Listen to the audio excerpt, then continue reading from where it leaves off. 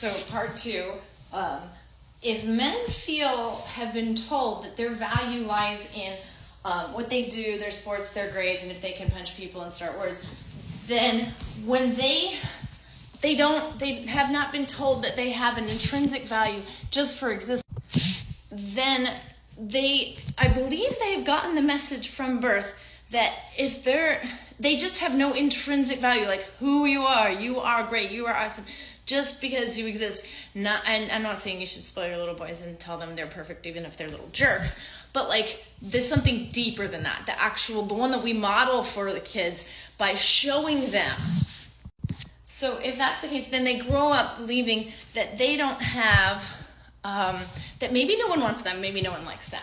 So if they're very young and they have this feeling that people don't just like them and love them for who they are, and then if it's that fragile, at any moment they could lose, they might not be able to play football, they might not do so well in college and such and such. If they don't believe that, then from a young age, they have a belief inside them that women don't actually want them, that we don't actually want to have sex with them, that we don't actually want to have them as partners, as companions in our lives for who they are, not just for how they do or don't look or what they do or don't do, or but like for their essence, who you are as an existence in this world. Because everyone's been taught this hierarchy, the toxic part of monogamy where you got to find the best one, and they're afraid they're not. Everyone knows they're not the best one. I know I'm not the best one. No one's the best one, and no one's even the best one for anyone else. And so there's that like defeat of like, wow, I'm never going to be the best one, and our society is saying everything's a contest and you have to be the best one. So where's your value? So what I'm getting at, this blurs the lines of consent. If you believe that no one actually wants you, then if you believe that nobody actually wants you for you, then every encounter, every romantic encounter doesn't have consent. You in your head as a man, doesn't have her enthusiastic consent. How could she be giving her enthusiastic consent to this whole thing, this whole experience, if she doesn't actually want you for who you are in your essence, your spirit, your soul? Because your spirit and soul and essence has no value according to what society said, because you haven't been starting wars, punching people, and you can't do what women do, so you're just chopped liver. Therefore, if you believe that you suck and that you're actually terrible, everything is a game that you have to strategize. Every encounter with women is because you believe that they don't actually want you. Then every encounter with women is a strategy to get them. Because if you walk through the world knowing that you have intrinsic worth and that anyone would want to be with you because of who your spirit is, you would take better care of yourself, you would be more desirable to everyone, you wouldn't have all these hang-ups, and you would go, of course her consent is honest to goodness, enthusiastic consent, because people love me for who I am in my soul. I didn't have to actually coerce them into this. So why do we men walk through the world thinking that they can't just be friendly to human beings who happen to also be women, but rather they have to I have to be able to compliment them, I have to be able to ask them on dates, and I have to be able to pay for the date, and I have to be able to court them, I have to be able to, they have to pay attention to me.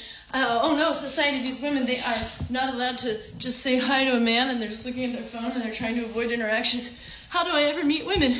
Because you are afraid to just treat them like humans, because if you stop with your freaking strategy and you just treat them like possible friends and human beings, and maybe they don't want to talk to you right now, and that's freaking fine, you have intrinsic worth for who you are. You do not need the women to be an accessory to you to validate you. Rather, you have intrinsic value with or without them.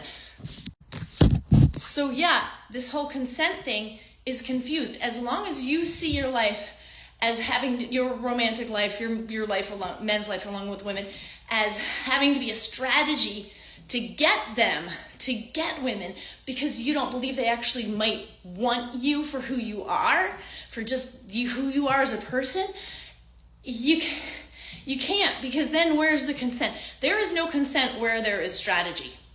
There is no consent where there is an agenda. There is no consent where there is, if I do this, she'll do that. If I move this way, this. If I sit next to her, maybe she'll kiss me. If I do this, maybe she'll do that. That is the belief that she actually doesn't want you, that she actually doesn't want to kiss you, and also the belief that she doesn't have a voice or a way to express her own wants and needs.